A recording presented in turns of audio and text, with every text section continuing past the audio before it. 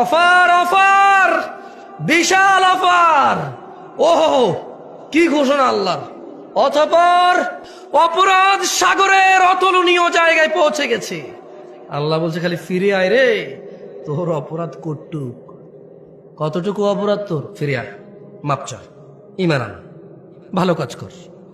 তোর বয়স তো 70 হয়ে গেছে, 35 হয়ে গেছে, 40 হয়ে গেছে, ডেলি একটা মেয়ের সাথে শুইছি, ডেলি 2 লিটার মদ খাইছি, এ আল্লাহ ফিরে আসলে হবে?